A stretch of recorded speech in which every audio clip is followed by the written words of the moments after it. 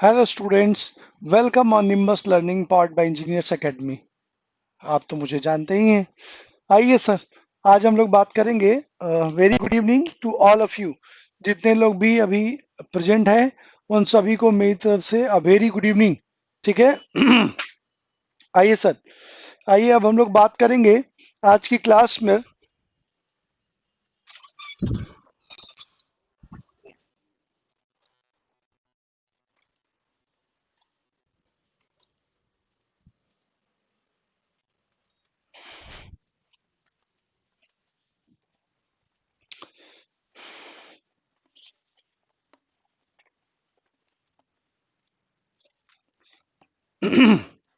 आगे सब लोग, very good evening to all of you. आगे सब लोग,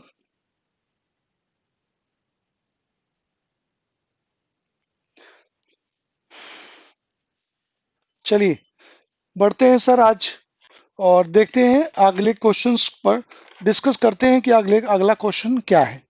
लेकिन क्लास शुरू करने से पहले एक मोटिवेशनल कोटेशंस, एक स्टोरी जिससे थोड़ा कॉन्फिडेंस बिल्डअप हो और सारे लोग आ भी जाएं। तुम लोगों ने जॉन अब्राहम लिंकन का नाम सुना होगा। जॉन अब्राहम लिंकन अमेरिका के, आप देखेंगे, एक एक बहुत ही फेमस प्रेसिडेंट थे। जॉन अब्राहम लिंकन, कहते हैं जॉन अब्राहम लिंकन के बारे में कि उन्होंने फेलियर को भी फेल कर दिया, मतलब असफलताओं को भी असफल कर दिया, ऐसा मानते हैं। या उनके बारे में किताबों में लिखा है कि 30 वर्ष की एज में उन्होंने एक बिजनेस किया, उसमें फेल हो गए। 35 साल की एज में उन्होंने चुनाव लड़ा, हार गए। फिर 40 की एज में उन्होंने एक बिजनेस किया, उसमें भी फेल हो गए। फिर उसके बाद 45 की एज में उन्होंने फिर चुनाव लड़ा, उसमें भी हार गए। फिर 50 और 55 के बीच, मतलब 51-52 साल की एज में उन्होंने चुनाव लड़ा और जीते, और आप देखेंगे अमेरिका के राष्ट्रपति बने। तो कहने का मतलब है कि उन्होंने अपने जीवन में एक दो नहीं बल्कि कई सारी असफलताएं देखी, लेकिन उन असफलताओं से, उन फेल्योर से कभी डरे नहीं, थके नहीं, और लगातार आगे बढ़ते रहे उन कमियों को पहचान के। और एक दिन उन्होंने अमेरिका का प्रेसिडेंट बन के दिखा दिया दुनिया को कि अगर हम चाहें तो अपनी लाइफ में कुछ भी अचीव कर सकते हैं। ठीक है। तो कहते हैं कि असफलता इस बात का प्रतीक है कि सफलता में किया गया प्रयास अधूरा था, मतलब आपने दिल से मेहनत नहीं किया था। अगर आप दिल से मेहनत करते तो 100% क्वालिफाई कर जाते। इसलिए कभी भी असफलता से घबराना नहीं है। असफलता से हमें ये सीखना है कि आखिर हमें में कमी क्या रह गई थी जिसकी वजह से हम फेलियर हो गए। तो आइए उन्हीं को पहचानते हुए आगे बढ़ना है और अपनी गलतियों से सीखना है, और फिर उनको, उनसे सबक लेकर और लाइफ में एक कीर्तिमान स्थापित करना है, ताकि दुनिया को दिखा दे कि अगर एक बार जज्बा ठान ले कुछ कर गुजरने का, तो दुनिया की कोई ताकत तुम्हें रोक नहीं सकती उस टारगेट को अचीव करने से। और एवरीथिंग इज पॉसिबल। इस दुनिया में कोई भी ऐसी चीज नहीं है जो पॉसिबल नहीं हो। हर चीज पॉसिबल है, बशर्ते तुम्हें दिल से चाहने की इच्छा है और एक बार उसके प्रति दृढ़ विश्वास रखने की इच्छा है। ठीक है। तो आइए शुरू करते हैं सर आज की क्लास। क्वेश्चन नंबर हमने 79 कर लिया था, हम बढ़ते हैं क्वेश्चन नंबर 80 पर। क्वेश्चन नंबर 80 कह रहा है जी कि किस गवर्नर जनरल के समय में सिंध का विलय ब्रिटिश राज्य में किया गया था। किसके काल में विलय हुआ था जी? राइट आंसर दीजिए। सिंध का विलय किसके टाइम पीरियड में हुआ था? सिंध का विलय, सिंध कह रहा है, सिंध। बिल्कुल, ये टाइम पीरियड था लॉर्ड एलन बरो का। ठीक है। और 1843 ईस्वी में सिंध का विलय किया गया था लॉर्ड एलन बरो के टाइम में। तो राइट आंसर इज सी। ठीक है। चलिए बढ़ते हैं अगले क्वेश्चन की तरफ। Question number 81। क्वेश्चन नंबर 81 का आंसर दो। खुदीराम बोस, ठीक है, ने मुजफ्फरपुर में किंग्सफोर्ड की हत्या का प्रयास किया था। खुदीराम बोस, प्रफुल्ल चाकी, ठीक है, और इन लोगों ने किंग्सफोर्ड, जो वहां का अधिकारी था, उस पर बम फेंका था। ठीक है, उसको मारने के लिए। तो कब किया था जी? Right answer, right answer is C, 1908 में खुदीराम बोस में मुजफ्फरपुर में किंग्सफोर्ड की हत्या का प्रयास किया था, लेकिन वो बच गया। नहीं नहीं, नीरज, एलन बरो के टाइम में हुआ था। ठीक है, वो उसके टाइम में दूसरा संधि हुआ था दूसरे प्रांतों को, सिंध का विलय एलन बरो के टाइम में हुआ है। ठीक है, पंजाब का विलय किया था, सिंध नहीं। सिंध है नॉर्थ वेस्ट फ्रंटियर प्रोविंसेस वाले एरिया को हम बोलते हैं सिंध। और पंजाब जो आज का पंजाब और अमृतसर और लाहौर कराची वाला है पंजाब। ठीक है, तो पंजाब का विलय किया था उसने, सिंध का विलय नहीं किया था, ये ध्यान रखना। तो खुदीराम बोस ने 1908 में मुजफ्फरपुर में किंग्सफोर्ड की हत्या का प्रयास किया था। ठीक है, चलिए बढ़ते हैं अगले क्वेश्चन की तरफ। Question number 82। क्वेश्चन नंबर 82 कहता है कि ब्रिटिश हाउस ऑफ कॉमन्स के सदस्य के रूप में चुने जाने वाले पहले भारतीय कौन थे? किसको चुना गया था जी ब्रिटिश हाउस ऑफ कॉमन्स में, और कब चुना गया था? दोनों बताएंगे, डेट भी और किसको चुना गया था इसके बारे में दोनों बताएंगे। तो इसका राइट आंसर है 1892। 1892 में ब्रिटिश हाउस ऑफ कॉमन्स में दादा भाई नौरोजी ये पहले भारतीय थे जिनको हाउस ऑफ कॉमन्स में चुना गया था। ठीक है, तो टाइम था 1892 का, और दादा भाई नौरोजी थे। दादा भाई नौरोजी के बारे में आप जानते हैं, इनको the grand old man of India कहते हैं। उसके बाद दादा भाई नौरोजी ने ड्रेन ऑफ वेल्थ, मतलब धन का निर्गमन का सिद्धांत प्रतिपादित किया। उसके बाद एक और किताब लिखी, the un British rule in India. ठीक है, उसके बाद इन्होंने नेशनल इनकम पहली बार बताया भारत में कि भारत का नेशनल इनकम क्या है। ठीक है, तो दादा भाई नौरोजी इज राइट आंसर। बढ़ते हैं अगले क्वेश्चन की तरफ। Question number 83। क्वेश्चन नंबर 83 का आंसर बताओ। वेदों की ओर लौटो, ये कोटेशन, ये स्टेटमेंट किसके द्वारा दिया गया था जी? वेदों की ओर लौटो, किसने कोटेशन दिया था ये वेदों की ओर लौटो का? बताओ जल्दी, आंसर बताइए इसका। वेदों की ओर लौटो का किसने दिया था? मैकाले ने, नीति अब खल्लास, बिल्कुल नवीन। अब सरकार, अभी कल का न्यूज है, अब तो करंट में आप पढ़ेंगे, जिसमें भारत की जो पुरानी एजुकेशन सिस्टम था उसको बदल दिया है गवर्नमेंट ने। एचआरडी मिनिस्ट्री को अब शिक्षा मंत्रालय कहा जाएगा। और अब नई शिक्षा पॉलिसी, 34 साल बाद भारत में एक नया एजुकेशन सिस्टम शुरू हुआ है जिसको न्यू एजुकेशन सिस्टम कहा जाता है।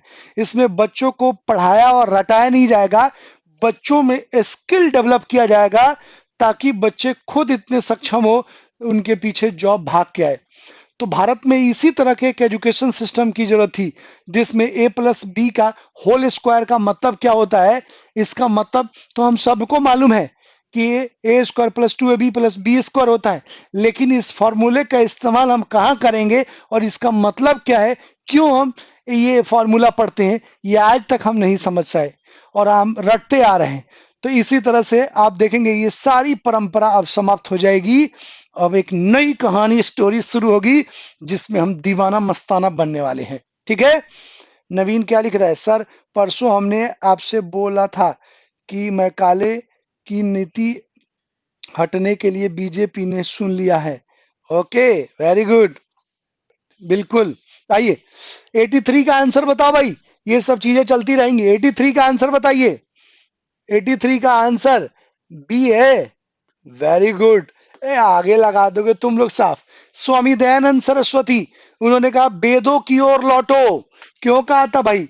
क्योंकि आप देखेंगे हमारा जो कल्चर है वो अंग्रेजों ने उसको डिस्ट्रॉय कर दिया था। एक नया कल्चर हमारे सोसाइटी में आ गया था, और उस कल्चर से जो हमारी भारत की अपनी प्राचीन सनातन कल्चर है वो डिस्ट्रॉय हो रहा था। तो वेदों की ओर लौटो का मतलब अपने इतिहास को समझो, और जब अपने इतिहास को समझेंगे तो वहां पर आप देखेंगे कि यूनिटी, स्ट्रेंथ, राष्ट्रीयता, ये सारी चीजें भरी हुई हैं। और जब ये सारी चीजें, इन चीजों का महत्व समझेंगे तो हम सभी लोग भारत माता के सपूत हैं, भारत के साथ हैं, और पूरी आत्मीयता और एकजुटता के साथ भारत के लिए लड़ेंगे।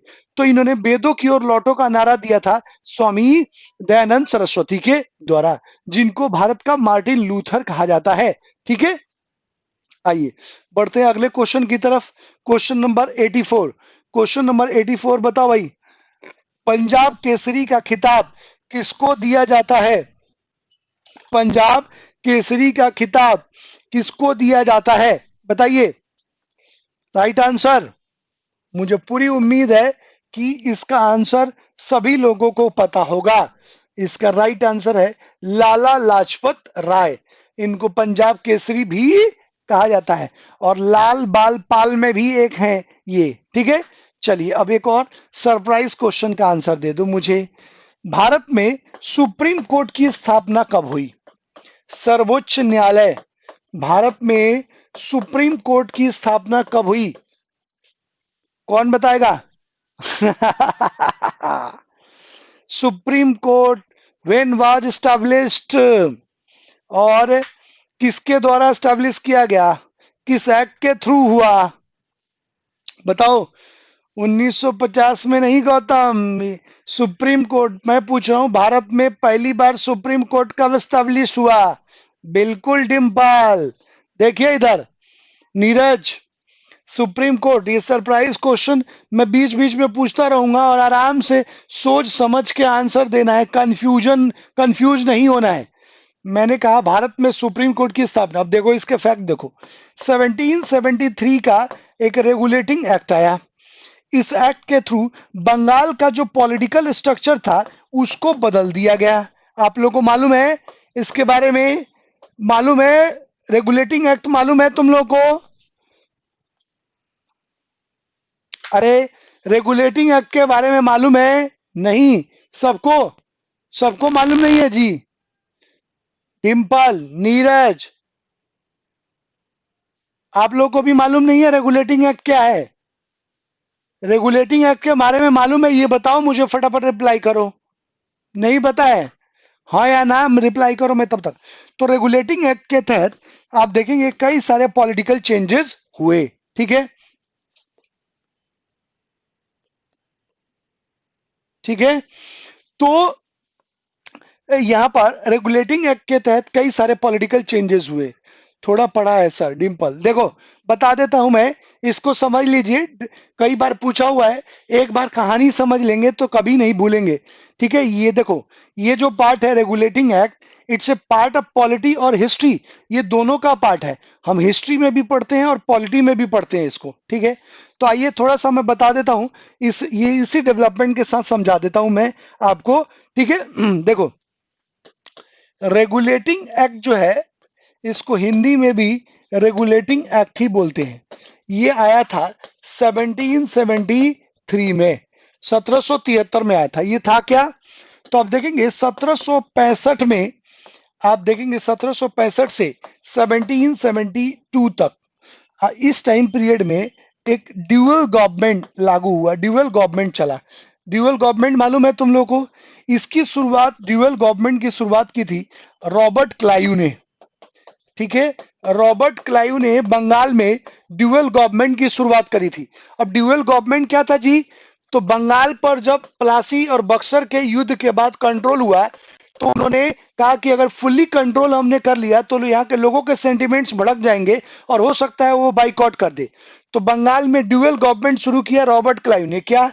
तो रेवेन्यू जो डिपार्टमेंट था, मतलब खजाना, वो तो अंग्रेजों ने अपने पास रखा, और एडमिनिस्ट्रेशन के लिए दीवान दीवान राय और सिताब राय को अपॉइंट किया, और कहा सालाना 1 लाख रुपया देंगे, उसी में सारा खर्चा करना है। मतलब एडमिनिस्ट्रेशन के लिए दो बंदों को, बंगाल के लोगों को ही अपॉइंट किया, और कहा कि तुम लोग एडमिनिस्ट्रेशन करोगे, ताकि लोगों को लगे कि हमारा आदमी हम पर शासन करना है, जबकि सारा रेवेन्यू कलेक्शन जो था अंग्रेजों ने अपने पास रख लिया। और इस तरह से दो स्तरीय शासन चलता रहा। कब से? जब बंगाल पर अंग्रेजों का नियंत्रण स्थापित हुआ। तो 1765 से लेकर 1772, मतलब 73 में जब रेगुलेटिंग एक्ट आया, उस समय तक ये प्रोसेस चलता रहा। अब क्या हुआ कि जैसे ही रॉबर्ट क्लाइव का बंगाल पर कंट्रोल हुआ, तो आप जानते ही हैं कि बंगाल का पहला गवर्नर उसको बोलते हैं, सारा कंट्रोल रॉबर्ट क्लाइव के हाथ में।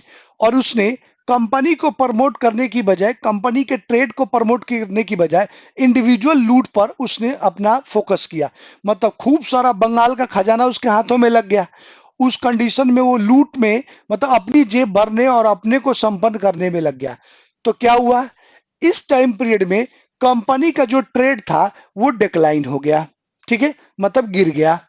अब कंपनी के जो रिप्रेजेंटेटिव है उन्होंने कहा कि यार वहां पर पॉलिटिकल कंट्रोल हो गया, तब भी हमारा ट्रेड कैसे डिक्लाइन हो गया। तो ये गए वहां के राजा के पास, किंग के पास, कि भाई हमें थोड़ा मनी पैसा दीजिए ताकि हम अपनी स्थिति को मजबूत कर सके। वहां का जो राजा था या गवर्नमेंट थी उसने कहा क्या बात कर रहे हो, तुम्हारा तो इंडिया में पॉलिटिकल कंट्रोल है और तुम कह रहे हो कि कंपनी घाटे में चल रही है। तो ब्रिटिश पार्लियामेंट ने कहा कि पैसा तो देंगे लेकिन वहां पर हम कंट्रोल स्टैब्लिश करेंगे। तो आप देखेंगे कि ब्रिटिश गवर्नमेंट ने इंडिया में कंट्रोल स्टैब्लिश किया, पॉलिटिकल कंट्रोल। क्या, तो उसने एक एक्ट पास किया जिसका नाम है रेगुलेटिंग एक्ट, ठीक है। इस एक्ट के थ्रू पहला काम यह हुआ कि जो 3 प्रेसिडेंसी थी अंग्रेजों की भारत में, एक तो बंगाल, बॉम्बे और मद्रास, 3 प्रेसिडेंसी थी जिसके थ्रू पूरे भारत पर ये राज कर रहे थे। अब ये तीनों प्रेसिडेंसी अलग अलग डिसीजन लेती थी किसी भी मामले में। तो कहा कि अलग अलग डिसीजन से लूट को प्रोत्साहन मिल रहा है, तो बॉम्बे और मद्रास प्रेसिडेंसी का राइट दे दिया बंगाल के प्रेसिडेंसी को, और बंगाल का जो गवर्नर था उसको और पावरफुल बना दिया और कहा कि ये गवर्नर जनरल होगा जो इन तीनों प्रेसिडेंसी मतलब पूरे भारत का हेड होगा और यही सारा डिसीजन लेगा। और गवर्नर को मॉनिटर करने के लिए 3 सदस्यीय एक आयोग बनाया गया, एक कमीशन, और कहा गया कि बिना इनकी मेजोरिटी के मतलब बिना इनके सहयोग के गवर्नर इंडिविजुअल कोई भी डिसीजन नहीं ले सकेगा, ठीक है। तो गवर्नर पर कंट्रोल लगाया गया और ये जो 3 प्रेसिडेंसी थी इनको भी इसके राइट्स यहां पर दे दिए गए, एक बात, ठीक है। ये चेंजेस हुए। उसके बाद गवर्नर जनरल, पहला गवर्नर जनरल वॉरेन हेस्टिंग्स को बनाया गया, ठीक है। और इसी समय भारत के प्रॉब्लम्स को सॉल्व करने के लिए 1774 में एक सर्वोच्च न्यायालय सुप्रीम कोर्ट की स्थापना की गई। कहां पर, तो कलकत्ता में, ठीक है। और ये जो वारन हेस्टिंग्स है इसका दोस्त था एलिजा इम्प्रे, एलिजा इम्प्रे नाम था उसका, उसको उसने CJI chief justice of India मतलब सर्वोच्च न्यायालय का चीफ जज अपॉइंट कराया एलिजा इम्प्रे को, ठीक है। समझ में आ रही बात। और इसी समय आप देखेंगे भारतीय जो धार्मिक ग्रंथ है उनको उनको ट्रांसलेट करने, उनको स्टडी करने के लिए जेम्स ये एशियाटिक सोसाइटी ऑफ बंगाल की स्थापना की गई इसी टाइम पीरियड में वॉरेन हेस्टिंग्स के द्वारा। समझ में आ रही बात। तो इस तरह से कई सारे ये सुप्रीम कोर्ट की स्थापना हुई इस 1773 के रेगुलेटिंग एक्ट के बिहाफ पर। ये आपको ध्यान में रखना है। आई बात समझ में, क्लियर हुआ यहां कॉन्सेप्ट, ये समझ में आ गया जी, ये समझ में आ गया, क्लियर हो गया यहां पर, कोई दिक्कत इसमें, ठीक है। चलिए अब बढ़ते हम अगले क्वेश्चन की तरफ। अगला क्वेश्चन है क्वेश्चन नंबर 85। क्वेश्चन नंबर 85 कहता है भारतीय स्वतंत्रता आंदोलन के दौरान व्यक्तिगत सत्याग्रह मतलब इंडिविजुअल सत्याग्रह के लिए चुने गए फर्स्ट पर्सन कौन थे, प्रथम व्यक्ति कौन थे। बताओ भाई आंसर इसका, 85 का आंसर बताएं कि इंडिविजुअल सत्याग्रह के लिए किसको चुना गया था, पहले व्यक्ति कौन थे। सब लोग आंसर दें, व्यक्तिगत सत्याग्रह के लिए पहले व्यक्ति कौन थे, कब व्यक्तिगत सत्याग्रह हुआ था, बताओ आंसर दो इसका। व्यक्तिगत सत्याग्रह, नवीन कह रहे हैं नहीं पता है। देखिए 1940 ये टाइम था, ठीक है। और इसमें व्यक्तिगत सत्याग्रह के लिए जो सबसे पहले व्यक्ति थे वो थे आचार्य विनोबा भावे, और जो दूसरे व्यक्ति थे उनका नाम था जवाहरलाल नेहरू। दूसरे व्यक्तिगत सत्याग्रही थे जवाहरलाल नेहरू। तो पहले विनोबा भावे और दूसरे जवाहरलाल नेहरू, ये ध्यान रखिएगा। ये कई बार आईएएस पीसीएस में पूछे गए क्वेश्चंस हैं, इनको पूछा गया है एग्जाम्स में और पीसीएस में भी पूछे गए एग्जाम्स में, तो ये आपको ध्यान में रखना है ये क्वेश्चन, ठीक है। और 1940 में व्यक्तिगत सत्याग्रह हुआ था। अब ये हुआ क्यों भाई और इसके पीछे स्टोरी क्या है, तो आपको मालूम होगा कि जो सेकेंड वर्ल्ड वार है, वो शुरू हुआ 1939 में और चला था 1945 तक। ये सेकेंड वर्ल्ड वॉर का टेन्योर है, ठीक है।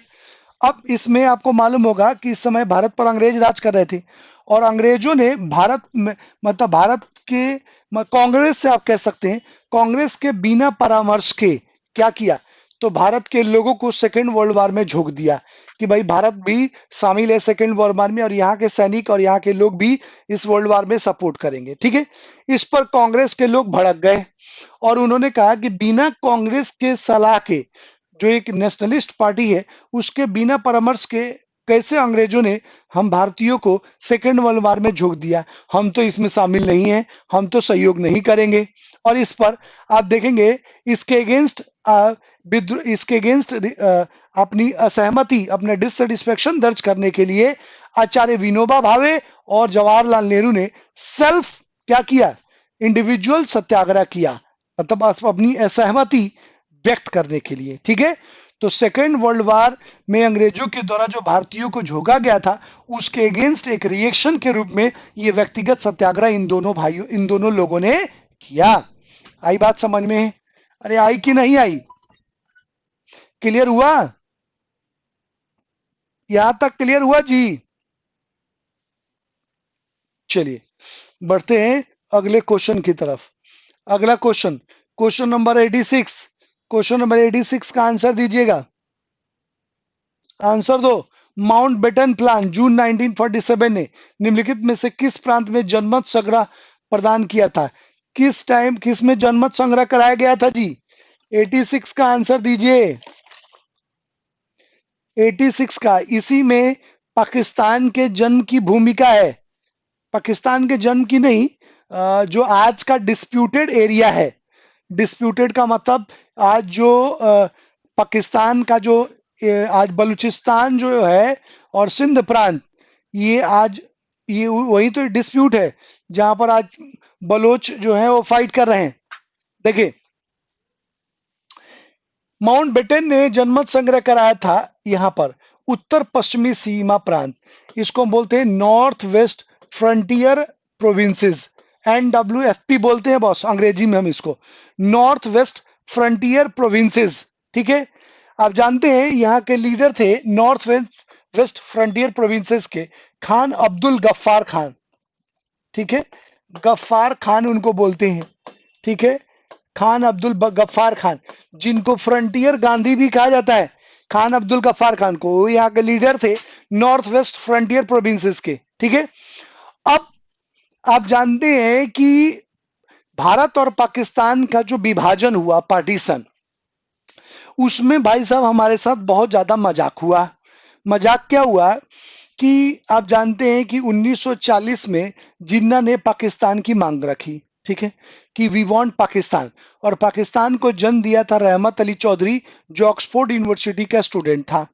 उसके बाद 1940 में कांग्रेस के प्लेटफॉर्म पर जिन्ना ने ये प्रपोजल रखा था पाकिस्तान का, और 1946 में आप देखेंगे जिन्ना ने पाकिस्तान की मांग के लिए लड़कर लेंगे पाकिस्तान, बांटो और भागो का नारा दिया, और उसके बाद भारत में सांप्रदायिक दंगे शुरू हो गए।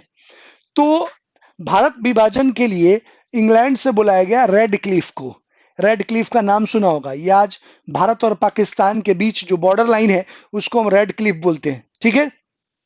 तो रेड क्लिफ को बुलाया गया और माउंटबेटन ने कहा कि भाई तुम्हारे पास एक हफ्ते का टाइम है, तुम हेलीकॉप्टर से इन सारे एरियाज को देखो और फिर लाइन खींचनी है इन दोनों देशों के बीच।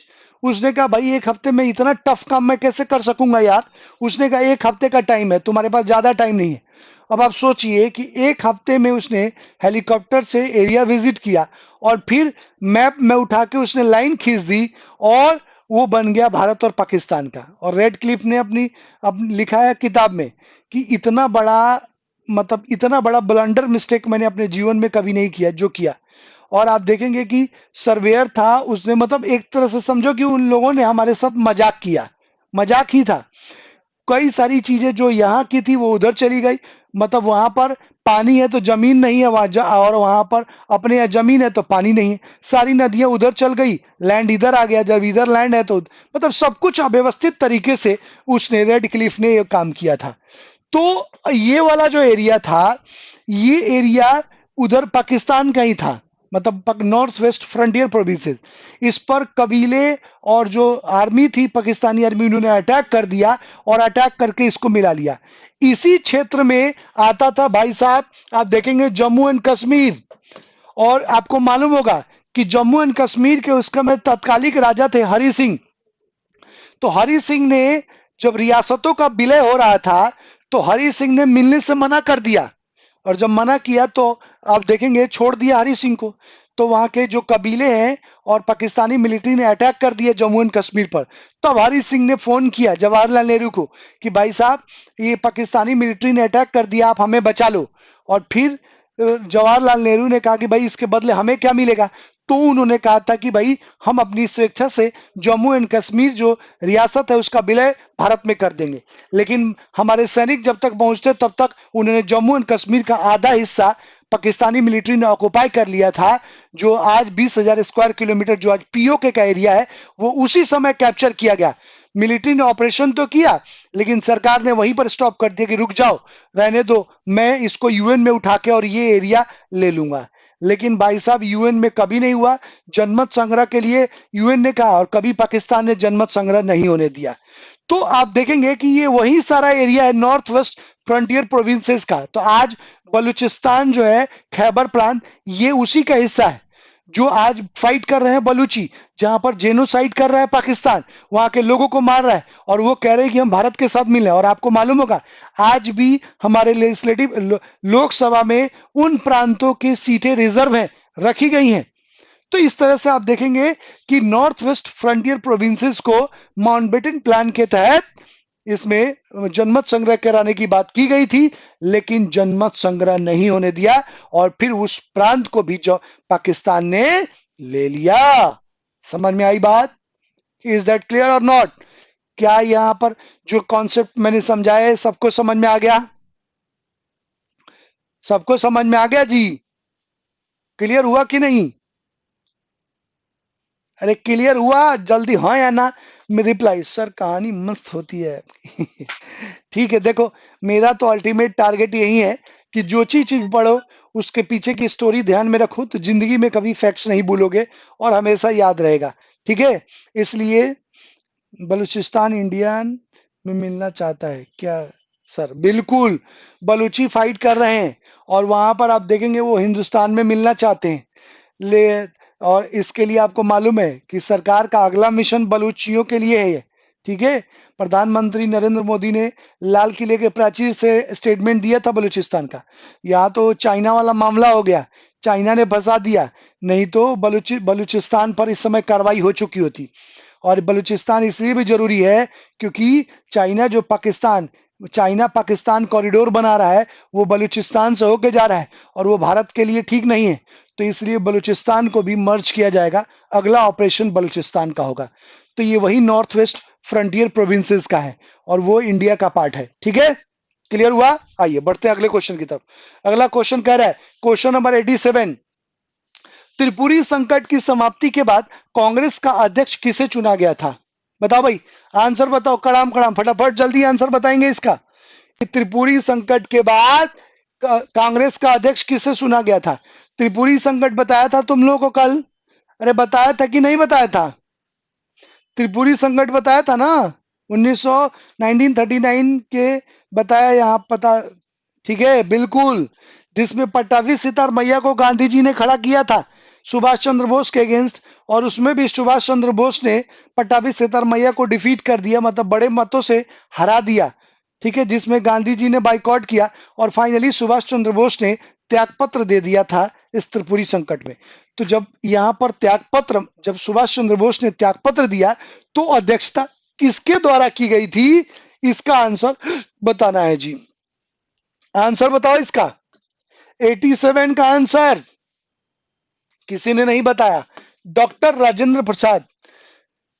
सुभाष चंद्र बोस के त्यागपत्र के बाद जो डॉक्टर राजेंद्र प्रसाद बने थे अध्यक्ष इस त्रिपुरी संकट के बाद। ठीक है, तो ये आप ध्यान में रखिएगा। ठीक है, तो ये आप ध्यान रखिएगा कि ये डॉक्टर राजेंद्र प्रसाद को बनाया गया था इस त्रिपुरी संकट के बाद, after resignation of Subhash Chandra Bose. ठीक है, चलिए बढ़ते हैं अगले क्वेश्चन में, अगले क्वेश्चन की तरफ। अगला question, question number 88, question number 88। Rohit, आ गए क्या तुम? क्या सोए रहते हो क्या घर पे? है कि बीच में शुरू में आते नहीं, बीच में टपक जाते हो? क्या कहानी है तुम्हारी? 88 का आंसर दीजिए। निम्नलिखित में से किसने पहले गोलमेज सम्मेलन की अध्यक्षता करी थी? कौन है भाई?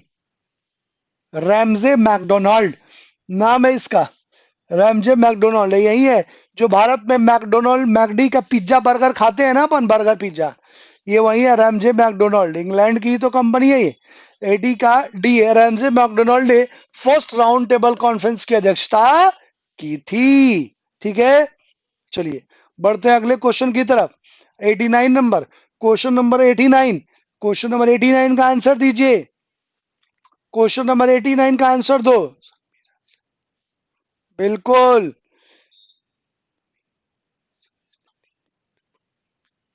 हाँ, हाँ नवीन, 89 का आंसर दो। 1857 के विद्रोह के दौरान बहादुर शाह ने किसे साहब आलम बहादुर का खिताब दिया था? तात्या टोपे को। Very good. तिवारी गौतम, क्या तुम्हारा आंसर सही है? एक बार सोच लो इसको, एक बार सोच लो,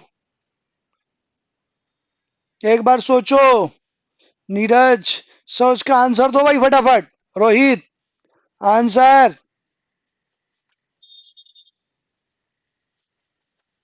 सोच के आंसर देना है। देखिए, देखो मेरी तरफ, इसका राइट आंसर है सी, बख्त खां। बख्त खां बहादुर शाह जफर का सेनापति था, कमांडर इन चीफ। ठीक है, अब कहानी ये हुई भाई साहब कि आप देखेंगे कि 10 मई 1857 को मेरठ के 23वीं एनआई इन्फेंट्री के सैनिकों ने जेल तोड़ के और दिल्ली की तरफ कूच कर दिया। ठीक है, और पहुंचे बहादुर शाह जफर, जो उस समय के तात्कालिक बादशाह थे, बादशाह सलामत। दरवाजा नॉक किया बहादुर शाह जफर का, दरवाजा खुला तो उन्होंने कहा कि महाराज बादशाह सलामत की जय हो। बादशाह सलामत, हम आपके नेतृत्व में, आपके लीडरशिप में अंग्रेजों के खिलाफ लड़ना चाहते हैं। क्यों भाई? बादशाह सलामत के पास ही क्यों पहुंचे? रीजन, क्योंकि वर्षों से ये सैनिक आप देखेंगे मुगलों के अधीन काम कर रहे थे। तो जो मुगल वर्षों से राज कर रहे थे उनके प्रति उनके सेंटिमेंट्स थे, तो वो पहुंचे बहादुर शाह जफर के पास। लेकिन भाई साहब बहादुर शाह जफर की उम्र हो चुकी थी 60-62 साल। उन्होंने कहा यार मैं क्या लड़ूंगा, मैं तो तलवार उठाता हूं तो मेरे पे ही गिर जाता है। तो उन्होंने अपने सेनापति बख्त खां को आगे किया और उसको ये उपाधि दी और कहा बेटा तू लड़ अंग्रेजों के खिलाफ दिल्ली में, और एकदम हवा एकदम साफ आग लगा देना है। और आप देखेंगे ये उपाधि दी साहब ए आलम बहादुर बख्त खां को। और आप देखेंगे बख्त खां जो है वो मुगल बादशाह के रिप्रेजेंटेटिव के तौर पर दिल्ली में उसने इस 1857 की क्रांति का नेतृत्व किया था। समझ में आई बात? अरे आई कि नहीं आई? क्लियर हुआ जी? क्लियर? सब लोग फटाफट रिप्लाई करें। ठीक है, चलिए बढ़ते हैं अगले क्वेश्चन की तरफ। ये क्वेश्चन गलत इसके ऑप्शन दिए हैं, अगला क्वेश्चन सही है इसका। 91 नंबर क्वेश्चन, 91 का आंसर बताओ। आईसीएस में चयनित होने वाले पहले भारतीय कौन थे?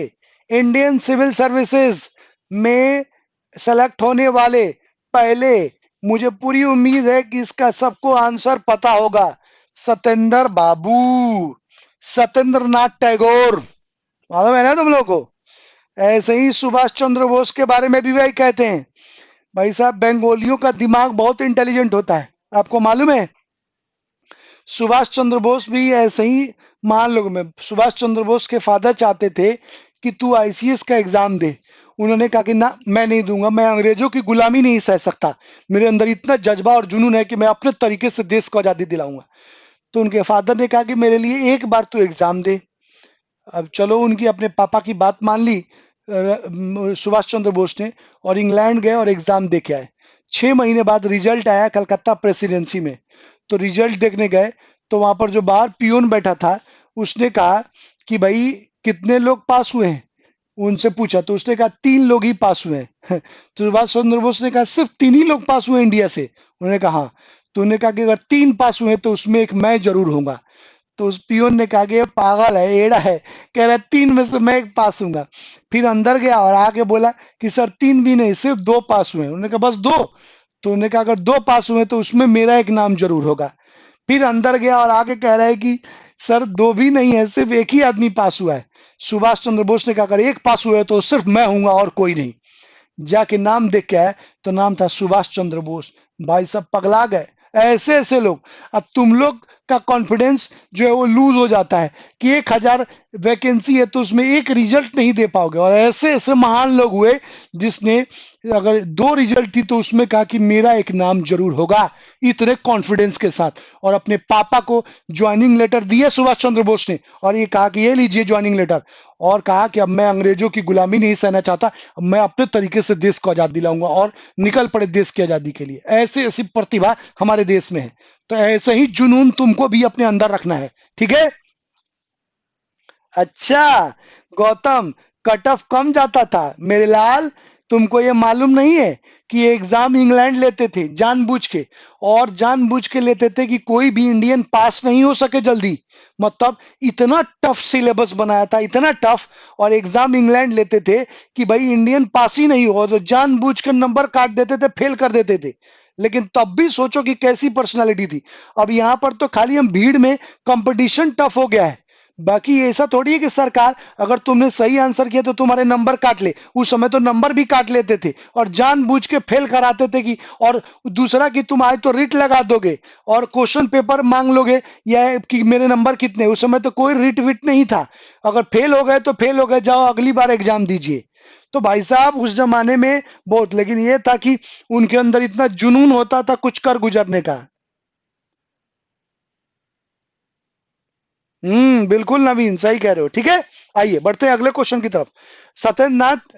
सत्येंद्र नाथ टैगोर थे। आइए चलिए बढ़िए, बताइए क्वेश्चन नंबर 92 का आंसर बताइए।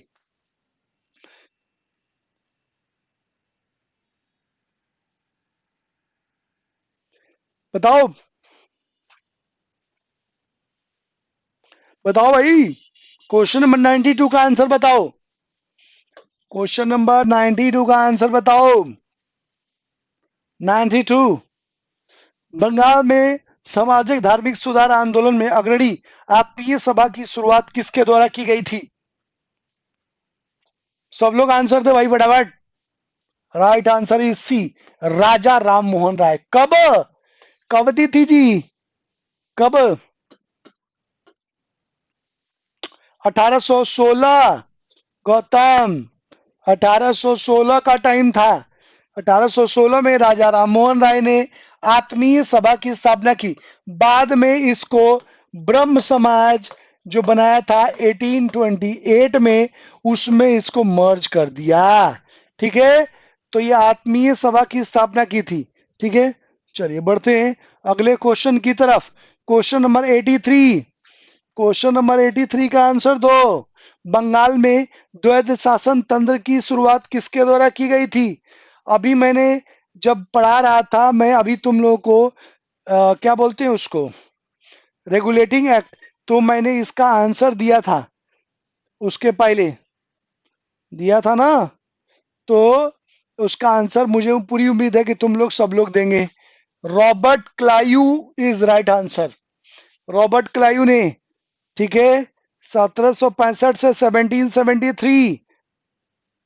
ठीक है, हेस्टिंग्स, हेस्टिंग्स ने खत्म नहीं की। रेगुलेटिंग एक्ट आया, और उस रेगुलेटिंग एक्ट के तहत इस ड्यूअल ड्यूअल गवर्नमेंट को हटा दिया गया, और उसकी जगह आप देखेंगे भारत में रेगुलेटिंग एक्ट लागू किया गया। तो ये 1765 से 1772 का टाइम होगा। 73 में तो रेगुलेटिंग एक्ट ही आ गया था। ठीक है, और रेगुलेटिंग एक्ट के तहत इसको एलिमिनेट कर दिया गया। ठीक है, चलिए अब एक आप देखेंगे, एक एक सरप्राइज क्वेश्चन का आंसर आप मुझे बताएंगे। उसका सरप्राइज क्वेश्चन एक मैं पूछ लूं आपसे कि ठीक है, सरप्राइज क्वेश्चन का मुझे आंसर आप बताएंगे, ठीक है। और उस सरप्राइज क्वेश्चन का जो क्वेश्चन है वो है कि the Asiatic Society of Bengal, the Asiatic Society of Bengal की स्थापना कब हुई और कहां हुई? बताओ भाई। The Asiatic Society of Bengal की स्थापना कब हुई, कहां हुई और किसके द्वारा की गई? बताओ भाई रोहित, सब लोग। The Asiatic Society of Bengal की स्थापना कब, कहा, क्या? जॉर्ज। रोहित जॉर्ज क्या लिख रहे हो? हम्म, बिल्कुल बिल्कुल। 1784 में विलियम जोन्स ने बंगाल में इसकी स्थापना करी थी। उस समय गवर्नर जनरल कौन था? वॉरेन हेस्टिंग्स, ठीक है, कोलकाता में। बिल्कुल बिल्कुल बिल्कुल बिल्कुल। चलिए, अब मुझे एक और क्वेश्चन का जवाब आप देखेंगे, सरप्राइज क्वेश्चन है। आनंद मठ, आनंद मठ की रचना किसके द्वारा की गई? आनंद मठ, आनंद मठ एक पुस्तक है, उसकी रचना किसके द्वारा की गई? ठीक है, बंकिम चंद्र चटर्जी के। इस आनंद मठ में एक रिवोल्ट के बारे में मेंशन किया गया है, वो कौन सा रिवोल्ट है? आनंद मठ जो पुस्तक है उसमें एक विद्रोह के बारे में वर्णित किया गया है, मेंशन किया गया है, वो कौन सा विद्रोह है? बताइए। आनंद मठ की रचना बंकिम चंद्र चट्टोपाध्याय के द्वारा किया गया। इसमें एक विद्रोह के बारे में मेंशन किया गया है, वो कौन सा विद्रोह है? बिल्कुल, सन्यासी विद्रोह का वर्णन किया गया है। किसमें? इसमें, ठीक है, वेरी गुड। चलिए, बढ़ते हैं अगले क्वेश्चन की तरफ, फिर मैं अगला सरप्राइज क्वेश्चन आपसे पूछूंगा। चलिए, आइए बढ़ते हैं यहाँ पर अगले क्वेश्चन की तरफ। क्वेश्चन द्वैध शासन हो गया 94। अखिल भारतीय किसान सभा का गठन, ऑल इंडिया किसान सभा का गठन कब किया गया था जी? ऑल इंडिया किसान, बिल्कुल, वंदे मातरम लिखा है इन्होंने, ठीक है, बिल्कुल बिल्कुल बिल्कुल।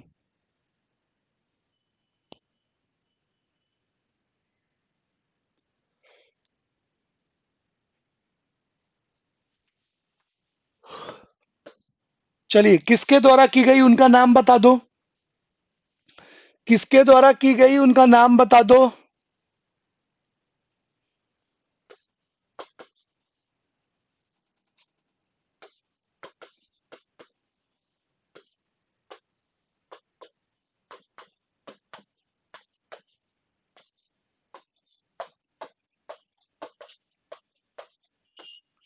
स्वामी सहजानंद सरस्वती, 1936 में।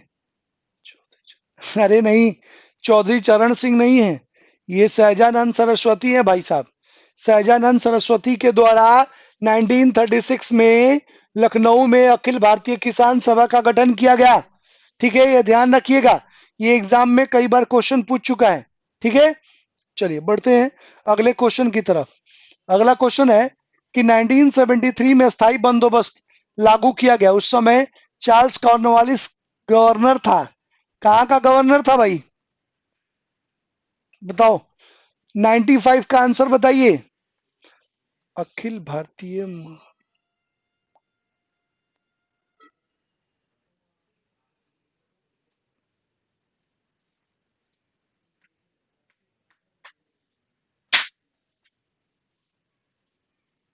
ऑब्वियसली राइट आंसर बी होगा, गवर्नर। ये जो कॉर्नवालिस है वो एक जगह का गवर्नर थोड़ी था भाई, वो तो बंगाल का गवर्नर था ना, और बंगाल से सब पर सभी जगह उसने रूल्स किए, तो बंगाल का गवर्नर है, ठीक है।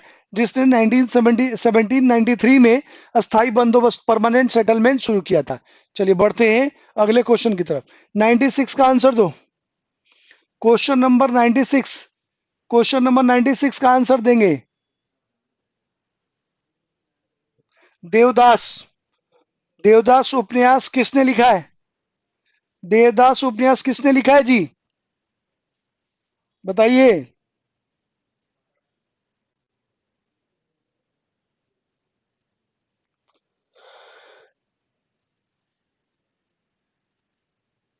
आंसर दो इसका।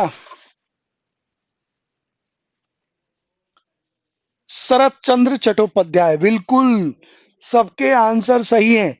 शरत चंद्र चट्टोपाध्याय ने किसकी? देवदास, जो मूवी बनी है ना देवदास, शाहरुख खान की, ये उसी पर बनी है।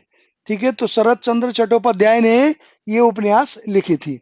चलिए अब एक इसी पर, क्योंकि बुक का नाम पूछ लिया, तो आप मुझे एक और सवाल का जवाब दीजिए। लाइफ डिवाइन नामक पुस्तक की रचना किसके द्वारा की गई? लाइफ डिवाइन, बताओ भाई। लाइफ डिवाइन पुस्तक की रचना किसके द्वारा की गई? बताइए। ऑप्शन नहीं दूंगा। आप ये लाइफ डिवाइन किसने किया था भाई?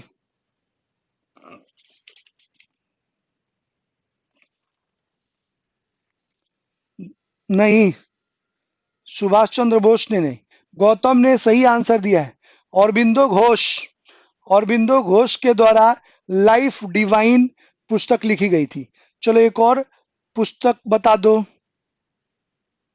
एक और बुक का नाम बता दीजिए आप, जो सोजे वतन।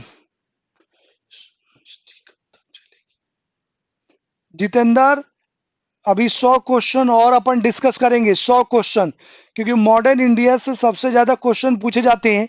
तो 100 क्वेश्चन और डिस्कस करना है, उसके बाद खत्म हो जाएगा। 100 क्वेश्चन और डिस्कस करेंगे, उसके बाद खत्म हो जाएगा। बताइए भाई, सोजे वतन, सोजे वतन पुस्तक किसने लिखी है?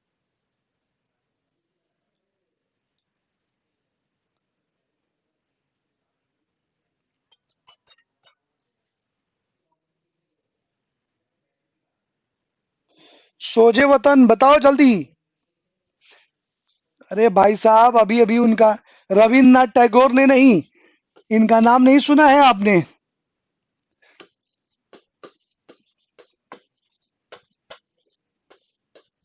प्रेमचंद, प्रेमचंद के द्वारा लिखी गई है भाई। ठीक है, सोजे वतन। चलिए एक और बुक का नाम बताइए, एग्जाम में पूछता है ऐसे कुछ। बुक मैं तुम लोगों को लिखवा दूंगा। न्यू इंडिया, न्यू इंडिया किसने लिखा है? न्यू इंडिया एग्जाम में पूछे गए क्वेश्चन जो मैं पूछ रहा हूं। न्यू इंडिया, न्यू इंडिया बताओ। न्यू इंडिया बुक का कौन है? बिल्कुल गौतम, एनी बेसेंट। कॉमनवील, कॉमनवील बताओ, कॉमनवील, कॉमनवील के रचयिता कौन है?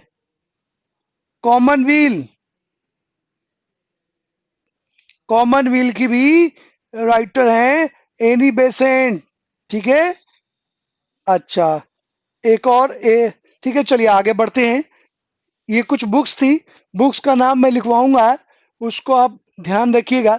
तीन चार पांच चीजें लिखवानी है, वो लिखवाऊंगा मैं। ठीक है, और वो इंपॉर्टेंट है, मैं बता दूंगा। ठीक है, चलिए बढ़ते हैं। डिस्कवरी ऑफ इंडिया लिखा है नेहरू, नेहरू ने, जितेंद्र, डिस्कवरी ऑफ इंडिया लिखा है।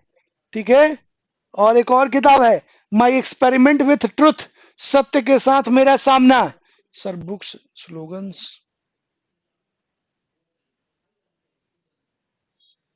बिल्कुल बता दूंगा, मैं बता दूंगा।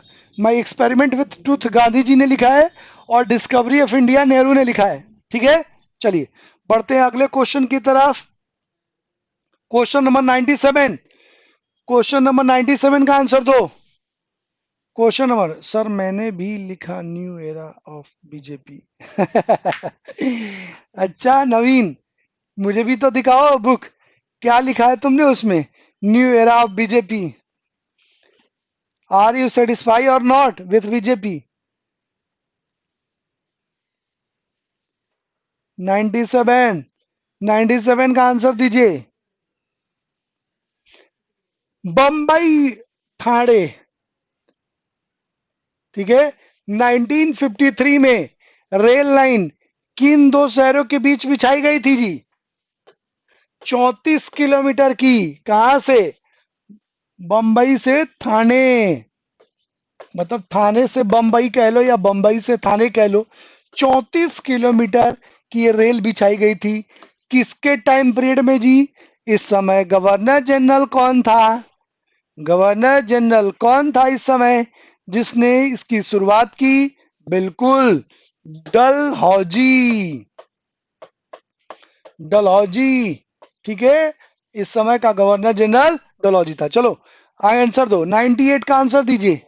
98 का आंसर दीजिए. 98 का आंसर दीजिए. पहला अखिल भारतीय डाक टिकट कब जारी किया गया था? पहला डाक टिकट कब जारी किया गया था जी? 98 का आंसर दीजिए. Very good. 1854 में डाकघर एक्ट बनाया गया. पोस्ट ऑफिस एक्ट पास किया. किसने? आपको मालूम होगा, डलहौजी के द्वारा. ये भी डलहौजी के समय ही हुआ था. और पोस्ट ऑफिस एक्ट के तहत पहली बार अखिल भारतीय डाक टिकट जारी किए गए 1854 में. तो राइट आंसर इज ए. ठीक है. चलिए बढ़ते हैं अगले क्वेश्चन की तरफ. Question number 99. क्वेश्चन नंबर 99 का आंसर दो भाई. Question number 99. मराठा शासक शिवाजी ने अपने राज्य का शासन जिसे मंत्रिपरिषद की सहायता से किया उसे क्या कहते थे? शिवाजी के मंत्रिमंडल को क्या कहते थे? मैंने तुम लोगों से पहले भी ये क्वेश्चन पूछा था और उसमें सुमंत का पूछा था. याद है तुम लोगों को कि सुमंत कौन सा मंत्री था? उसका राइट आंसर है अष्टप्रधान. 8 लोगों का एक ग्रुप था. 8 मेंबर्स का, मतलब या 8 मिनिस्टर्स का आप कह सकते हैं, जो की पॉइंट था. और उन 8 मिनिस्टर्स के साथ आप देखेंगे ये जो शिवाजी थे वो रूल करते थे अपने एम्पायर पर, अपने क्षेत्रों पर. तो 8 मेंबर्स की एक मिनिस्ट्री थी जिसको हम अष्ट प्रधान के नाम से जानते हैं. ठीक है. चलिए बढ़ते हैं अगले क्वेश्चन की तरफ. Question number 100. क्वेश्चन नंबर 100 बताइएगा जी. क्वेश्चन नंबर 100 कह रहा है सुश्री फ्लोरेंस नाइटिंगेल का संबंध किस वॉर से, किस बैटल से है? बताइए. बताइए भाई. इसका राइट आंसर बताओ. क्यों क्रीमिया है भाई? क्रीमिया क्यों है?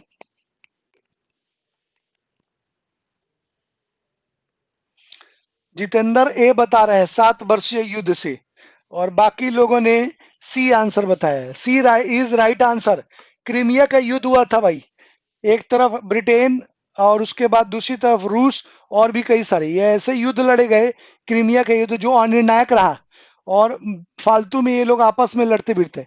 इस समय ब्रिटेन ब्रिटेन से जो लोग, ब्रिटेन के जो जख्मी सैनिक थे उनकी सहायता करी थी फ्लोरेंस नाइटिंगेल ने. मतलब नर्स बन के उनका ट्रीटमेंट किया था. ठीक है. उन सारे सैनिकों का जो जख्मी सैनिक थे. तो जो क्रीमिया का युद्ध है इस युद्ध से संबंधित है फ्लोरेंस नाइटिंगेल. क्योंकि क्रीमिया के युद्ध में जो जख्मी सैनिक थे उनकी सहायता करी थी फ्लोरेंस नाइटिंगेल ने एज ए नर्स. ठीक है. तो राइट आंसर इज सी है, क्रीमिया का युद्ध.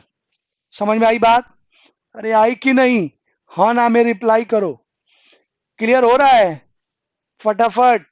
क्लियर हो रहा है जी? अरे क्लियर हो रहा है कि नहीं हो रहा है? चलिए बढ़ते हैं अगले क्वेश्चन की तरफ. ब्रह्म समाज की स्थापना किसने की थी? बता दो भाई. 101 के आयास.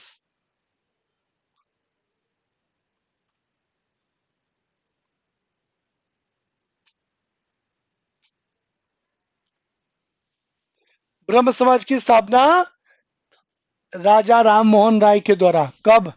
1828 में. अच्छा, इसकी स्थापना किसके लिए की गई थी जी? इस ब्रह्म समाज का मोटिव क्या था? ब्रह्म समाज का मोटिव क्या था? बताइए. ब्रह्म समाज का मोटिव क्या था?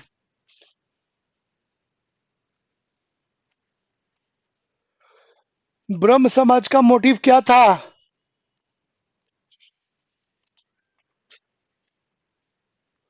बताओ आंसर।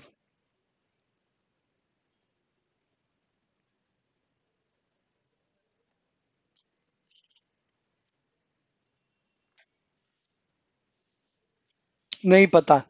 सभी को क्रांति के लिए एकत्रित करना नहीं। आपको मालूम है कि ब्रह्म समाज की स्थापना राजा राम मोहन राय ने किसको लिए? तो इसका उनका मोटिव था सती ट्रेडिशन, इसको एबोलिश कराना, समाप्त करना। आपको मालूम है कि सती प्रथा जो थी वो हमारे देश में बरसों से चली आ रही। चलिए क्वेश्चन बता दो मुझे, पहली बार सती का साक्ष्य कब मिलता है जी, और किस इंस्क्रिप्शन से मिलता है? गौतम, जितेंद्र, डिंपल, नीरज और रोहित, ये सभी लोग इसका आंसर बताएं हमें। सती का उल्लेख सबसे पहले हमें कब मिलता है? इंस्क्रिप्शन का नाम तो एरन है। बिल्कुल, बिल्कुल एरन इंस्क्रिप्शन है। कब? ना, नवीन गलत।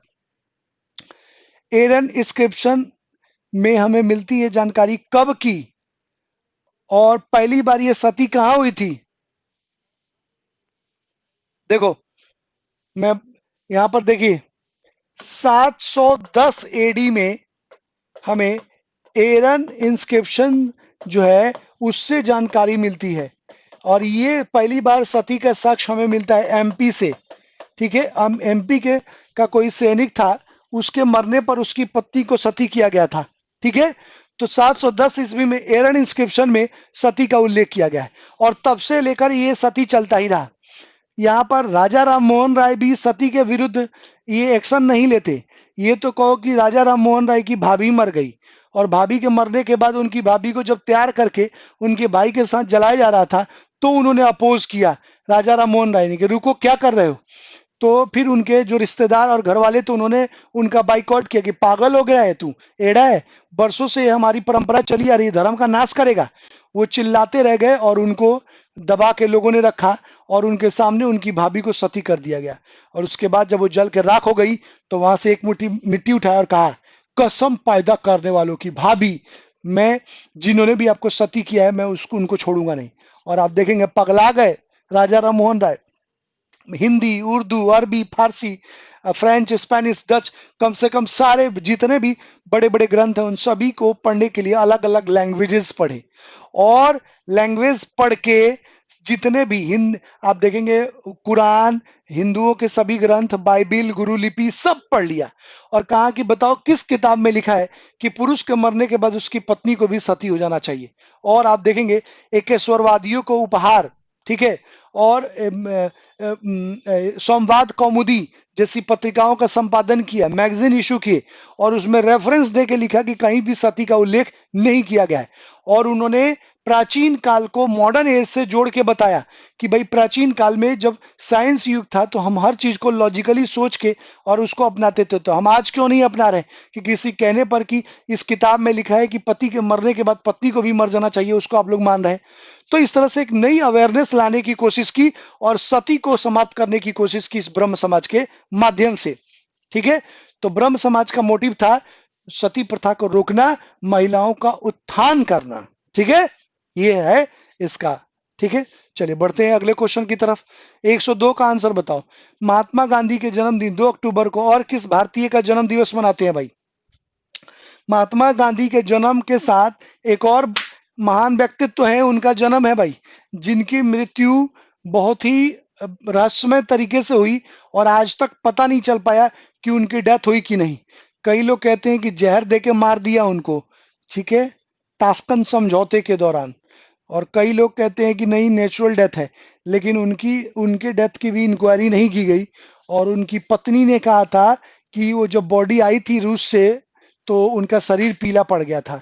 तो कई लोग, इस पर एक मूवी भी आई है, कई लोग कहते हैं कि जहर देके मार दिया था इनको। ठीक है, हेलीकॉप्टर क्रैश में हुई थी गौतम, लाल बहादुर शास्त्री की मृत्यु निर्मा सरफ से धोऊं क्या मैं तुमको? कैसे हुई थी भाई? मालूम है तुम लोगों को लाल बहादुर शास्त्री की मृत्यु कब कैसे हुई थी? हेलीकॉप्टर क्रैश से हुई थी। सुभाष चंद्र बोस की हेलीकॉप्टर से नहीं हुई थी, प्लेन से जा रहे थे ताइवान, तब हुआ था। हेलीकॉप्टर से नहीं हुई थी, प्लेन क्रैश हुआ था, हेलीकॉप्टर क्रैश नहीं हुआ था। ठीक है, तो ये लाल बहादुर शास्त्री की मृत्यु रूस में हुई थी जब वो ताशकंद समझौता करने गए थे। ठीक है। चलिए बढ़ते हैं अगले क्वेश्चन की तरफ। 103 का आंसर बताओ। 103 का आंसर बताइए। सिख धर्म के उद्गम के साथ शिक्षण शुरू हुआ था। Right answer Guru Nanak. बिल्कुल, धर्म की स्थापना भी और शिक्षण दोनों ही शुरू किया था गुरु नानक देव ने, जिन्होंने सिख धर्म की स्थापना करी थी। चलिए अब इसके साथ एक एक सरप्राइज क्वेश्चन बता दो मुझे। इसके साथ एक सरप्राइज क्वेश्चन बता दो। सरप्राइज क्वेश्चन बता दो मुझे कि 1931 का जो कॉन्फ्रेंस हुआ था कांग्रेस का, वो कहां हुआ था और उसका अध्यक्ष कौन था? बताओ। 1931 में जो कांग्रेस का कॉन्फ्रेंस हुआ था वो कहां हुआ था, उसका अध्यक्ष कौन था? बताइए भाई, अध्यक्ष बताओ।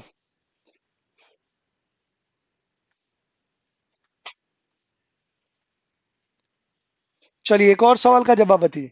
किस कांग्रेस कॉन्फ्रेंस में मौलिक अधिकारों की मांग की गई थी? किस कांग्रेस कॉन्फ्रेंस में मौलिक अधिकारों की मांग की गई थी?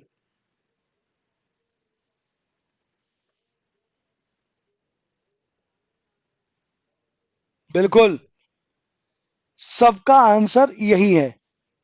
1931 में कराची कॉन्फ्रेंस हुआ और इस कॉन्फ्रेंस की अध्यक्षता सरदार वल्लभ भाई पटेल ने की और इसी कॉन्फ्रेंस में आप देखेंगे मौलिक अधिकारों की मांग की गई थी। ठीक है। चलो एक और आंसर क्वेश्चन बता दो। कांग्रेस के कॉन्फ्रेंस, आजादी के समय कांग्रेस अध्यक्ष कौन था? जब देश आजाद हुआ उस समय कांग्रेस अध्यक्ष कौन था? आजादी के समय कांग्रेस अध्यक्ष कौन था? बताओ भाई, आंसर बताओ। इंडिपेंडेंस के समय कांग्रेस अध्यक्ष कौन था? बिल्कुल, जेबी कृपलानी। जेबी कृपलानी थे। Very good, very good. चलिए अब एक और क्वेश्चन का आंसर बता दीजिए। 1942 में जब राजेंद्र प्रसाद को कैद किया गया था तो किस जेल में रखा गया था राजेंद्र प्रसाद को? 1942 का जो भारत छोड़ो आंदोलन हुआ था उसमें राजेंद्र प्रसाद को पकड़ के कौन से जेल में रखा गया था? बांकीपुर में रखा गया था। Bankipur. Very good, very good. चलिए अब मुझे एक और सवाल का जवाब भी बता दीजिए। सरप्राइज क्वेश्चन है। सरप्राइज क्वेश्चन ये है कि सरप्राइज क्वेश्चन ये है कि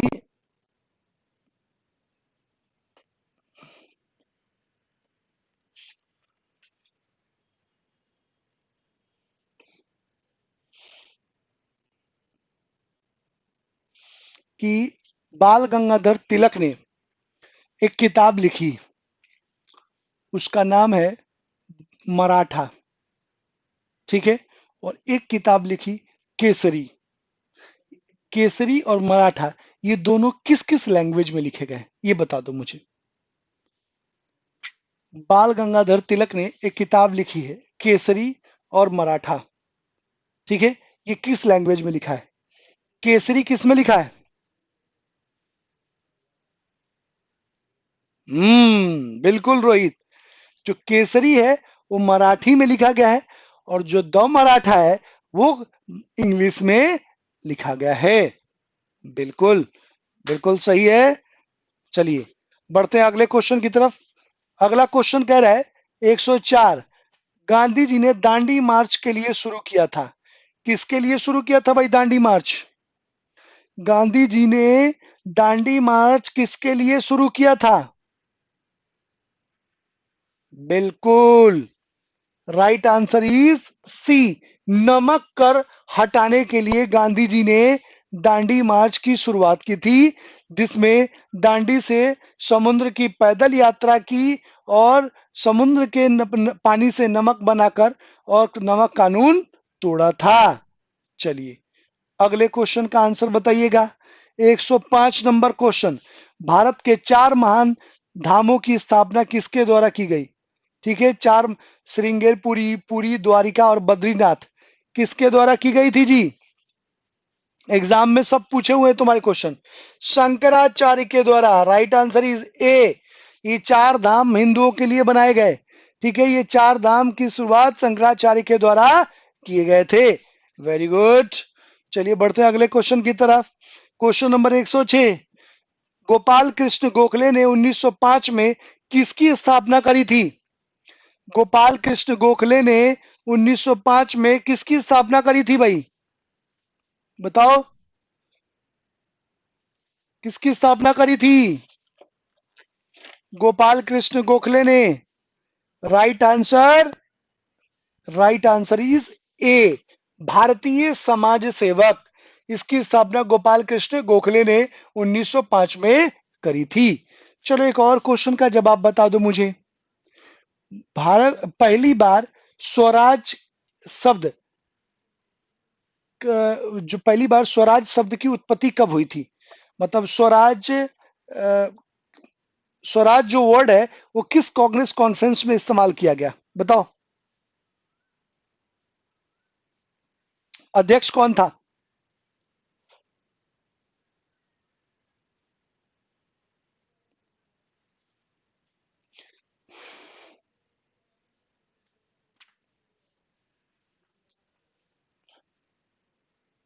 बिल्कुल, 1906 के कलकत्ता कॉन्फ्रेंस में जिसके अध्यक्ष दादा भाई नौरोजी थे, उन्होंने ही पहली बार स्वराज का इस्तेमाल किया था। ठीक है, उन्होंने ही 1906 के कलकत्ता कॉन्फ्रेंस में इसका स्वराज का इस्तेमाल किया था। ठीक है, चलो अब मुझे ये बताओ कि नेहरू रिपोर्ट जो है वो किसने तैयार की थी और कब? नेहरू रिपोर्ट किसने तैयार की थी और कब?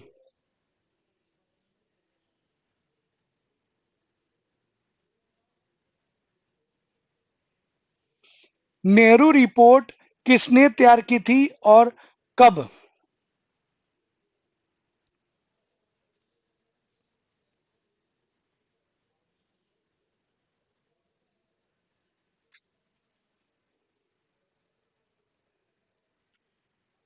1928 में आप देखेंगे जवाहरलाल नेहरू, मोतीलाल नेहरू, जवाहरलाल नेहरू नहीं, मोतीलाल नेहरू के द्वारा तैयार किया गया था। ठीक है, वेरी गुड। चलिए बढ़ते हैं अगले क्वेश्चन की तरफ। अगला क्वेश्चन बताइएगा। अगला क्वेश्चन है, किस खोजकर्ता ने 1498 में भारत के लिए एक समुद्री मार्ग की खोज की थी? किसने भारत में सी रूट डेवलप किया था भाई? Very good, right answer is Vasco da Gama. Right answer Vasco da Gama है। ठीक है, चलो अब मुझे एक और अ, एक और बुक का नाम बताओ कि ये एग्जाम में पूछा हुआ है। नील दर्पण बुक का राइटर कौन है? नील दर्पण। इसकी जगह एक और आंसर क्वेश्चन बताएंगे, सरप्राइज क्वेश्चन है। नील दर्पण, दीन बंधु मित्र जो है वो नील दर्पण के राइटर हैं, सबको मालूम होगा। Very good. चलिए अगली बुक का नाम भी बताइए, अगली बुक का नाम बताइए मुझे। इंडिया विंस फ्रीडम, इस बुक को किसने लिखा था? India wins freedom, India wins freedom, काफी पॉपुलर है ये book. India wins freedom book किसने लिखा था? बताओ भाई, इंडिया विंस फ्रीडम। बिल्कुल, कौन वाले, ये वाले या पहले वाले? ये वाले या पहले वाले? एक अब्दुल पहले वाले। और चलो एक और सवाल बता दो। भारत के पहले शिक्षा मंत्री कौन थे? इन पहले वाले का नाम अबुल कलाम आजाद था और इनका एपीजे अब्दुल पाकिर जलालुद्दीन कलाम आजाद। ठीक है, चलिए यहां पर हो गया एक सरप्राइज क्वेश्चन इसके बदले। अब बढ़ते हैं अगले क्वेश्चन की तरफ। गांधी जी द्वारा शुरू किया गया पहला अखिल भारतीय आंदोलन कौन सा था? बताओ भाई। फर्स्ट ऑल इंडिया मूवमेंट कौन सा था? फर्स्ट ऑल इंडिया मूवमेंट कौन सा था? First all India, first all India movement कौन सा था? बिल्कुल, राइट आंसर इज बी, असहयोग आंदोलन। कब? 1920। ये पहला संगठित आंदोलन था, मैंने तुम लोग को बताया था, जब गांधी जी ने सक्रिय राजनीति में भाग लिया था। चलो अब यहां पर एक और क्वेश्चन का आप आंसर दीजिए, सरप्राइज। मारो फिरंगियों को, मारो फिरंगियों को, ये लाइन, ये कोटेशन किसने दिया था? मारो फिरंगियों को,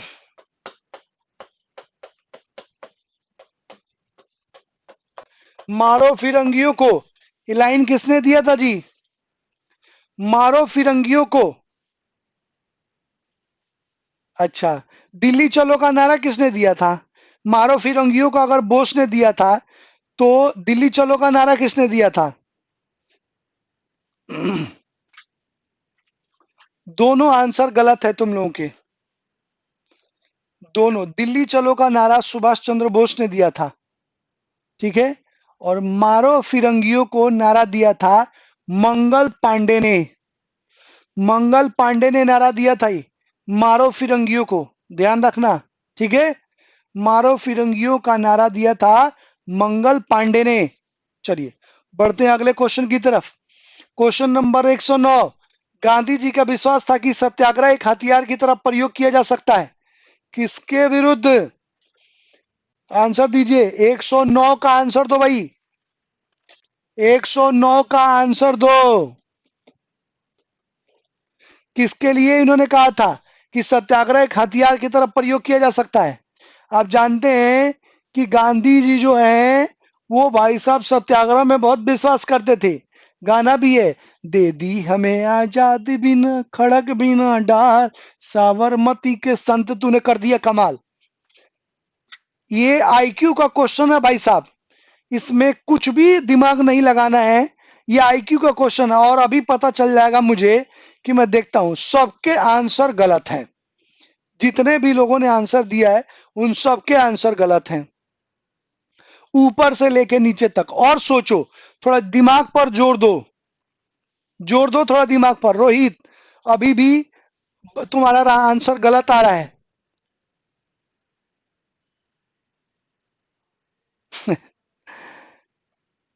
हम्म, गौतम हिला दिया तुमने, साफ हिला डाला, एकदम हिला डाला तो झींगा लाला कर दिया तुमने।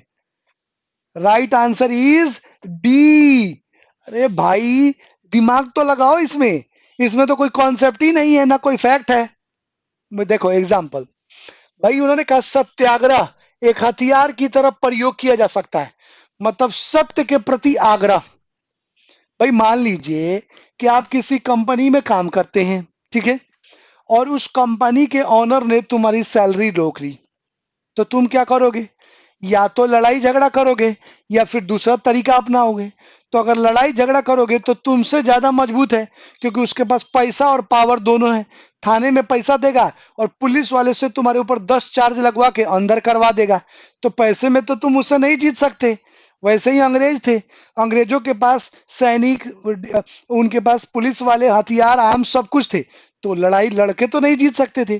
तो फिर क्या रास्ता है कि आप उस उस के कंपनी के सामने चुपचाप शांतिपूर्वक लेके बैनर पोस्टर लेके आप बैठ जाएंगे कि हमें हमारा हक दो, हमें हमारी सैलरी दो। ना आप लड़ाई करेंगे ना चुपचाप, चुपचाप शांतिपूर्वक पोस्टर बैनर लेके बैठे हुए हैं। तो क्या होगा? जितने लोग गुजरेंगे उससे वो डेमोरलाइज होगा, और मजबूर हो जाएगा, मीडिया पर शो होगा, उसकी इमेज खराब होगी, तो सोचेगा जल्दी इनको पैसा दो और इनसे हटाओ। वो आपके ऊपर कोई एक्शन भी नहीं ले सकता क्योंकि आप शांतिपूर्ण आंदोलन कर रहे हैं। तो यही जुगाड़ गांधी जी ने शुरू किया, धरना, शांतिपूर्ण धरना प्रदर्शन, किसी को भी हिलाने का। आपको मालूम है ना, अभी शांतिपूर्ण धरना हुआ था दिल्ली में। वहां पर, कहां पर जी? दिल्ली में। इसके खिलाफ क्या हुआ था दिल्ली में, बताओ? रामदेव बाबा का नहीं, दिल्ली वाला धरना। अरे दिल्ली वाला, रामलीला ग्राउंड में तो नहीं। अरे दिल्ली में धरना नहीं हुआ था अभी, एसएससी वाला, जहां पर वो जंतर मंतर, अरे यार कौन सा बाग था? शाहीन बाग। अरे शाहीन बाग मेरे लाल, शाहीन बाग भूल गए क्या तुम लोग हैं? चलिए देखिए इधर। तो ये बहादुर वर्ग, मतलब जो मजबूत आदमी है, उसके खिलाफ एक हथियार के रूप में बताया था उन्होंने, महात्मा गांधी ने, और इसी का इस्तेमाल किया उन्होंने। ठीक है, चलिए आइए बढ़ते हैं अगले क्वेश्चन की तरफ। क्वेश्चन नंबर 110, 110 का आंसर बताओ। साइमन कमीशन का क्यों विरोध किया गया था man? Simon commission, Shaheen Bagh वाले शांति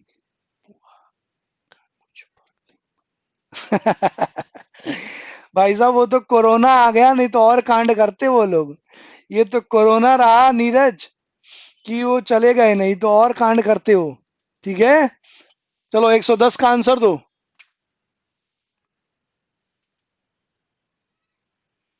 सब लोग इसका आंसर सही दे सकते हैं, बिल्कुल। ये भारत का दौरा नहीं किया था। रूढ़िवादी रचा गया था, ये भी नहीं है। यह अनुभवी पुरुषों का, ये अंग्रेज थे। इसमें ब्रिटिश सदस्यों का एक कमीशन था। 7 सदस्यीय एक आयोग बनाया गया था जो भारत में पॉलिटिकल चेंज करना चाह रहा था। और इसका विरोध भारतीयों ने इसलिए किया कि उनका ये कहना था कि अब अगर भारत पर कोई भी कानून तुम लादना चाहते हो या कोई भी कानून भारत के लिए बनाना चाहते हो, तो इसके लिए जरूरी है कि भारतीय सदस्य भी उस कानून निर्माण में शामिल हो, तभी हम उस कानून को मानेंगे, अन्यथा हम उस कानून को रिजेक्ट कर देंगे।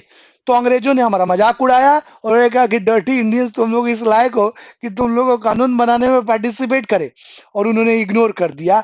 और फिर ये एक साल 1927 में इसका गठन हुआ था और ये अपनी रिपोर्ट तैयार करके 1928 में पहुंचा। और इस तरह से कांग्रेस ने डिसाइड किया कि जहां जहां साइमन जाएगा हम उसका विरोध करेंगे, काले झंडे दिखाएंगे और साइमन गो बैक का नारा देंगे। क्लियर? तो राइट आंसर इज टी। चलिए बढ़ते हैं अगले क्वेश्चन की तरफ। स्वराज पार्टी की स्थापना किसके द्वारा की गई थी? बताइए भाई, स्वराज पार्टी की स्थापना किसके द्वारा की गई थी? इसका आंसर तो तुम लोग बता दोगे, फटाफट बताओगे? बताइए भाई साहब, स्वराज पार्टी की स्थापना किसके द्वारा की गई थी? हम्म क्या?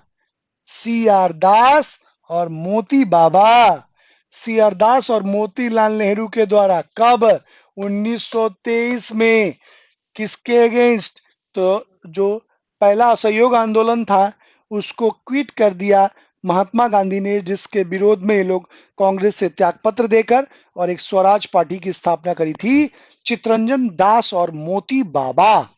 ठीक है, चलिए अब मुझे एक और सवाल का जवाब बता दीजिए, सरप्राइज क्वेश्चन है।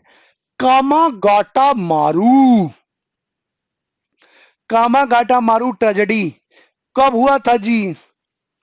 कामागाटा मारू ट्रेजेडी कब हुआ था? बताओ जल्दी। कामागाटा मारू ट्रेजेडी कब हुआ था? सुना ही नहीं कभी? Very good. ये क्या है सर, पहली बार सुना। अच्छा, डिंपल कह रही है कि भाई मुझे पता है 1914।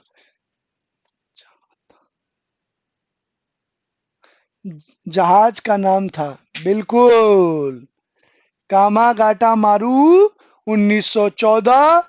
और ये एक जहाज का नाम था जिसमें गुरुदत्त नाम के एक व्यक्ति हैं जिन्होंने, आप देखेंगे, एक जहाज हायर किया कामागाटा मारू नाम से, और उसको कलकत्ता के बजबत से वैंकूवर ले गए।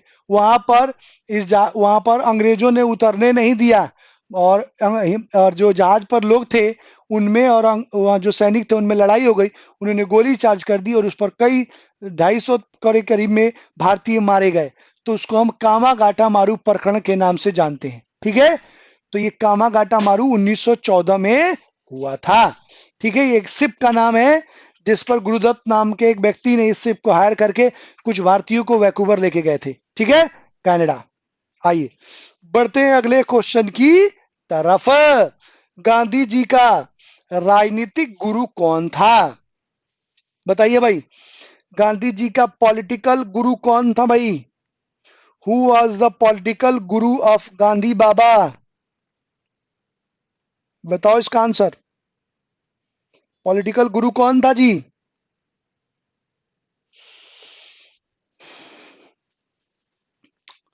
गांधी जी का राजनीतिक गुरु, सीधे सीधे आंसर है यार, 112 का बी, गोपाल कृष्ण गोखले। ये गांधी जी के राजनीतिक गुरु थे। ठीक है, गांधी जी के राजनीतिक गुरु गोपाल कृष्ण गोखले। आइए अब एक और सवाल का, एक सरप्राइज क्वेश्चन का आंसर दे दीजिए आप। सरप्राइज क्वेश्चन का आंसर दीजिए मुझे।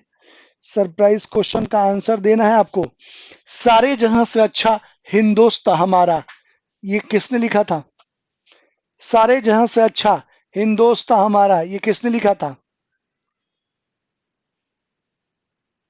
हम्म म- सारे जहां से अच्छा मोहम्मद इकबाल ने लिखा था। बिल्कुल। आइए और एक और क्वेश्चन का आंसर बता दीजिए यहां पर। एक और क्वेश्चन का आंसर कि काकोरी ट्रेन डकैती कब हुई थी जी? काकोरी ट्रेन डकैती कब हुई थी? काकोरी ट्रेन डकैती कब हुई थी? कौन कौन लोग शामिल थे इसमें? कौन कौन लोग शामिल थे काकोरी में?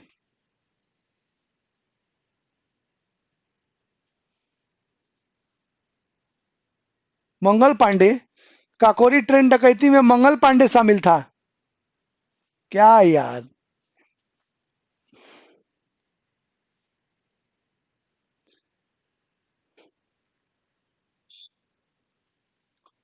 बिल्कुल।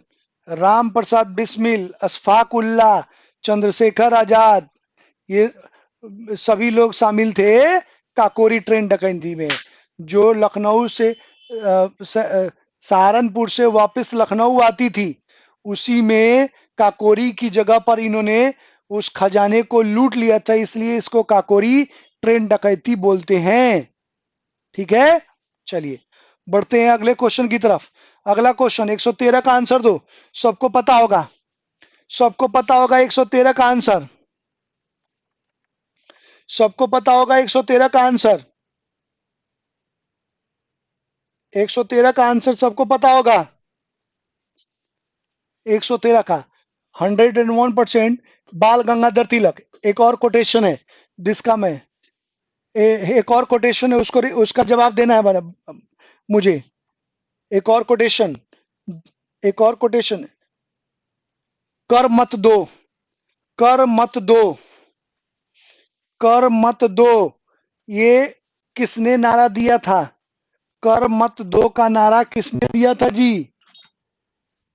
कर मत दो का नारा किसने दिया था? आंसर दीजिए। कर मत दो, कर मत दो का नारा किसने दिया था? फटाफट रिप्लाई करो। सरदार पटेल ने, वेरी गुड। एक और मुझे एक और, विजयी विश्व तिरंगा प्यारा, विजयी विश्व तिरंगा प्यारा, विजयी विश्व तिरंगा प्यारा, ये लाइन किसने कही थी? बिल्कुल, श्यामलाल पार्षद ने, बिल्कुल बिल्कुल, श्याम प्रसाद ने। ठीक है, चलिए बढ़ते हैं अगले क्वेश्चन की तरफ। अगला question 114 number, 114 number question. Bharat की राजधानी कलकत्ता से दिल्ली कब स्थानांतरित हुई? कब हुई जी? C answer. कब स्थानांतरित हुई? तो अगर घोषणा की गई तो 11 में हुआ, और अब ट्रांसफर हो गया 1912 में। अगर घोषणा की बात करें, अनाउंस की, तो 1911 होगा, लेकिन स्थापित कब हुई वो है 1912। ठीक है, चलिए बढ़ते हैं अगले क्वेश्चन की तरफ। 115 नंबर क्वेश्चन का आंसर बताओ। कांग्रेस दल को वस्तुतः जन साधारण का राजनीतिक दल में बदलने के लिए पहली बार संगठनात्मक परिवर्तन कब किया गया था? मतलब ऑर्गेनाइजेशनल चेंजेस कब किए गए थे जी? 115 का आंसर बताइए। 115 का आंसर, संगठनात्मक चेंजेस कब किए गए थे? नहीं आइडिया है। 1920 में पहली बार पॉलिटिकल चेंजेस किए गए कांग्रेस में। जब आप देखेंगे पहली बार भारत में कोई मास मूवमेंट शुरू हुआ जी। क्वेश्चन समझ में नहीं आया सर। रोहित ये कह रहा है कि कांग्रेस जो पार्टी थी, कांग्रेस, उसमें जन साधारण का राजनीतिक दल में बदलने के लिए, मतलब मास लेवल पर लोग पार्टिसिपेट करें कांग्रेस में, उसके लिए चेंजेस कब किए गए? समझ में आई बात? आई बात समझ में? क्योंकि 1920 में जब असहयोग आंदोलन शुरू हुआ, तो आपको मालूम होगा कि इसमें मास लेवल में लोगों ने पार्टिसिपेट किया, और बच्चे, बूढ़े, जवान, औरतें, सब ने। और यहाँ पर एक पॉलिटिकल चेंज किया गया, और इसमें काफी बड़े पैमाने पर लोगों ने कांग्रेस में पार्टिसिपेट किया। ठीक है, क्या क्या चेंज हुआ सर? चेंज इसमें कुछ चेंज नहीं हुई। इसमें यह कहा गया कि हम अब हम हर वर्ग के लोगों को, हर आदमी का पार्टिसिपेशन कराएंगे कांग्रेस में, जिससे इसको एक बड़े राष्ट्रवादी पार्टी के रूप में बदल सके। ठीक है, तो इस आंदोलन से प्रेरित होकर हर वर्ग के लोगों की भूमिका रखी गई कांग्रेस में। ठीक है, ये था। पहले इसकी सदस्यता शुल्क ज्यादा हुआ करती थी, अब उसको भी कम कर दिया गया, और हर आदमी के पार्टिसिपेशन की बात की गई इसमें। ठीक है, पहले आप देखेंगे जो एलीट क्लास के लोग थे वही लोग भाग लेते थे कांग्रेस में, उन्हीं का ग्रुप था। लेकिन यहाँ पर एलीट जो वर्ड है उसको हटा के सबकी भागीदारी सुनिश्चित की गई कांग्रेस में, ताकि इसको राष्ट्रव्यापी पार्टी के रूप में उभारा जा सके। ठीक है, आइए बढ़ते हैं अगले क्वेश्चन की तरफ। Question number 116। क्वेश्चन नंबर 116 का है, 1905 में बंगाल विभाजन के फलस्वरूप एक आंदोलन आगे बढ़ा था जिसका नाम था, बताओ भाई। 116 का आंसर बताओ। 116 का आंसर बताइएगा। 116 का आंसर। रोहित सी कैसे आंसर होगा? पूर्ण स्वराज की मांग क्या हमने यहीं पर करी थी क्या? पूर्ण स्वराज की मांग कब की गई थी जी? आंसर बताओ इसका। पूर्ण स्वराज की मांग कब की गई थी?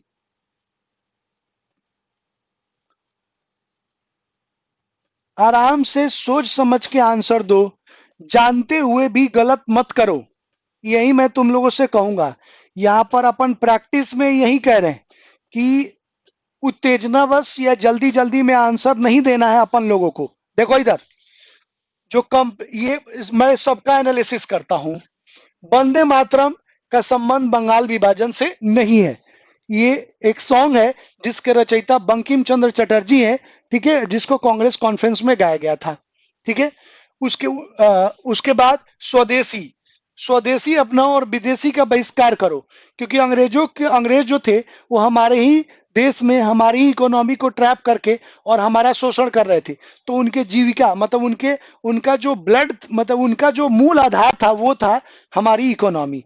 तो कहा गया कि भाई हम स्वदेशी यूज करेंगे, विदेशी का इस्तेमाल नहीं करेंगे, इकोनॉमी ऑटोमेटिकली डंप हो जाएगी और भाग जाएंगे। पूर्ण स्वराज की मांग हुई थी 1929 में। ये लाहौर कॉन्फ्रेंस हुआ था और इसके अध्यक्ष थे जवाहरलाल नेहरू।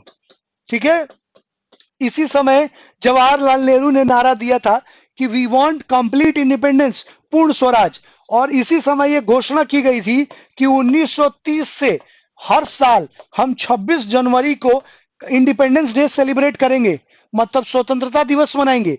और तभी से लेकर आजादी तक, 1947 तक ये हम स्वतंत्रता दिवस मनाते रहे, टिल टिल हमारा जो कॉन्स्टिट्यूशन इंप्लीमेंट हुआ उस समय तक। तो भाई स्वतंत्रता दिवस हम 26 को मनाते हैं, तो ये गणतंत्र दिवस 26 जनवरी को कैसे होता है भाई? बताना मुझे। जब हम 26 जनवरी को डिसाइड किया था कि स्वतंत्रता दिवस मनाएंगे, तो 26 जनवरी को हम लोग गणतंत्र दिवस कैसे मनाते हैं? कौन देगा भाई रिप्लाई? इसका जवाब कौन देगा? नहीं। तो ये फिर 26 जनवरी का क्या हुआ नवीन? ये फिर स्वतंत्रता और गणतंत्र दिवस को मर्ज कर दिया गया क्या?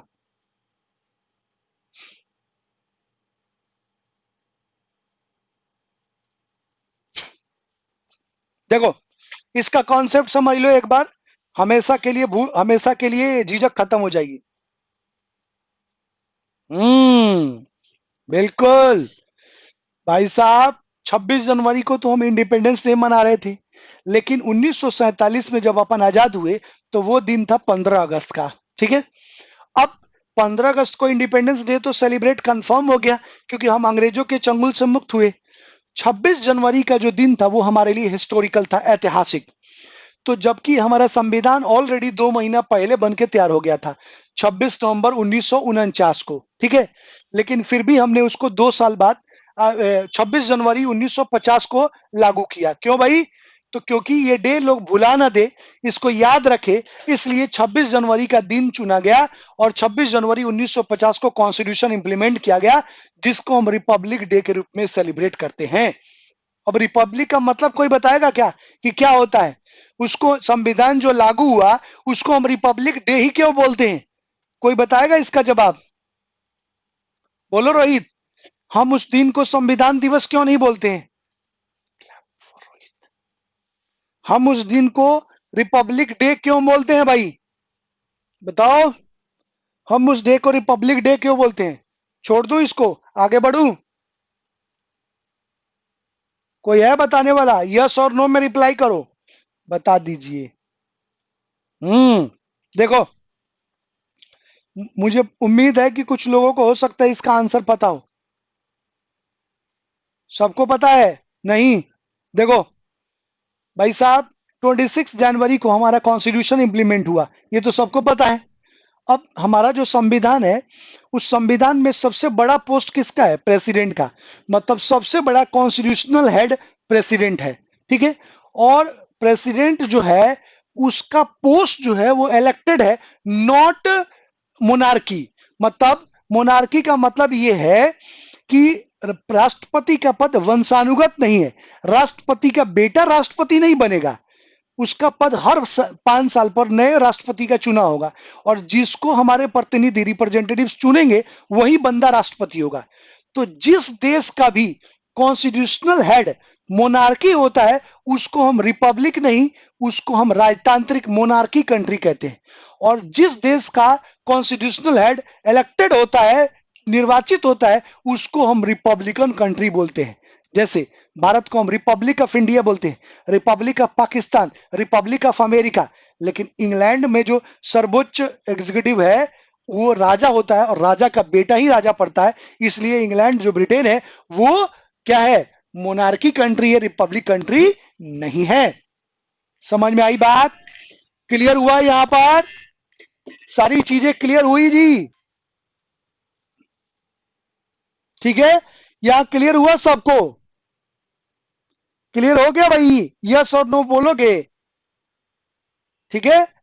चलिए, ये तो बात हो गई क्लियर।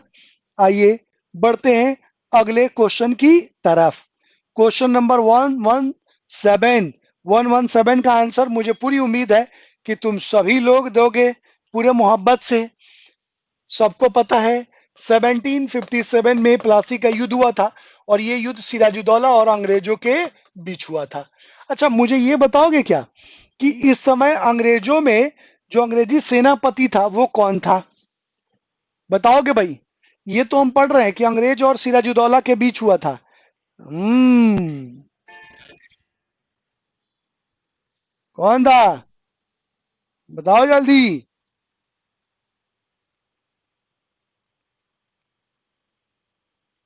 कौन था भाई? फटाफट रिप्लाई करो मुझे। राइट। Robert Clive. ठीक है। चलिए बढ़ते हैं अगले क्वेश्चन की तरफ। ये क्वेश्चन भी हमने पढ़ लिया है। ये क्वेश्चन भी हमने पढ़ लिया है। भारत का बिस्मार्क किसे कहा जाता है? सबको मालूम है। यहां से आप एक मुझे एक अ, एक आयरन मैन भी कहा जाता है, बिस्मार्क भी कहा जाता है, ठीक है, सरदार भी कहा जाता है, कई सारे नाम हैं इनके। अब मुझे आप यहाँ पर एक और सरप्राइज क्वेश्चन का आंसर दीजिएगा। सरप्राइज क्वेश्चन ये है कि मुस्लिम लीग की स्थापना कब हुई? मुस्लिम लीग की स्थापना कब हुई और इस इसके फाउंडर मेंबर कौन थे? फाउंडर मेंबर का नाम बताओ। मुस्लिम लीग की स्थापना और फाउंडर मेंबर का नाम। मुस्लिम लीग की स्थापना और इसके फाउंडर मेंबर। चलो 1906 तो बता दिया। और आगा खां जिन्ना थे। अच्छा, मुस्लिम लीग के संस्था फाउंडर जिन्ना थे भाई। आगा खां और समीमुल्लाह खां, ये दोनों फाउंडर है, आगा खां और समीमुल्लाह खां, ये ध्यान रखना। आगा खां एवं समीमुल्लाह,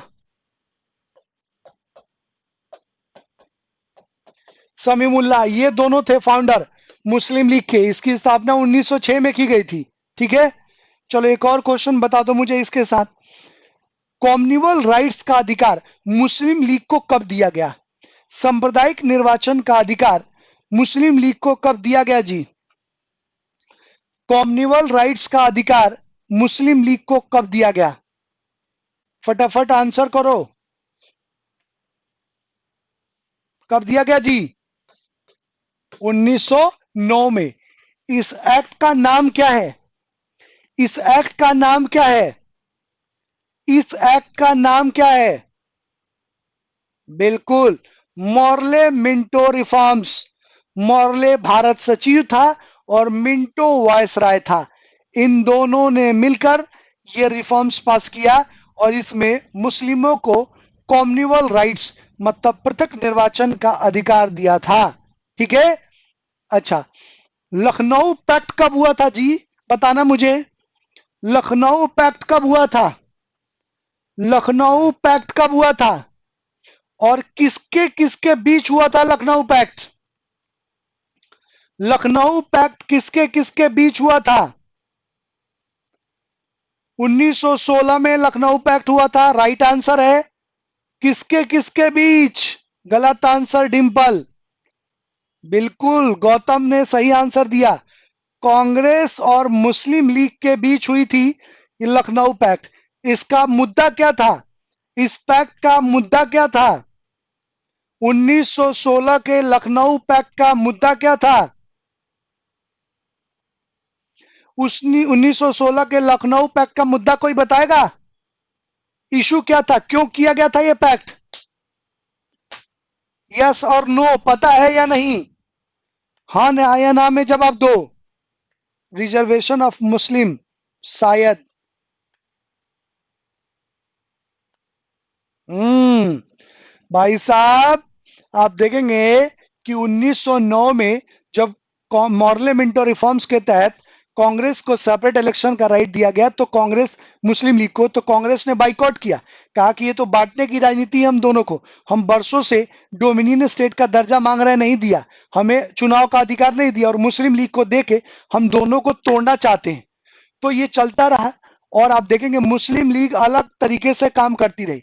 फाइनली कांग्रेस ने सोचा कि भाई अगर मुस्लिम लीग को अधिकार दे भी दिया है तो भी हम कांग्रेस के साथ मिल लेते हैं और मिल के एक साथ हम लोग आप चुनाव लड़ेंगे, मतलब एक साथ रख के करेंगे। क्यों? क्योंकि अगर अलग अलग होंगे तो अंग्रेज हमें हमेशा इसका फायदा उठाएंगे और हमें न्यूट्रलाइज करेंगे। और हम दोनों अगर मिल के अंग्रेजों का बाइकआउट करते हैं तो हमारी मजबूती होगी, यूनिटी और स्ट्रेंथ होगा।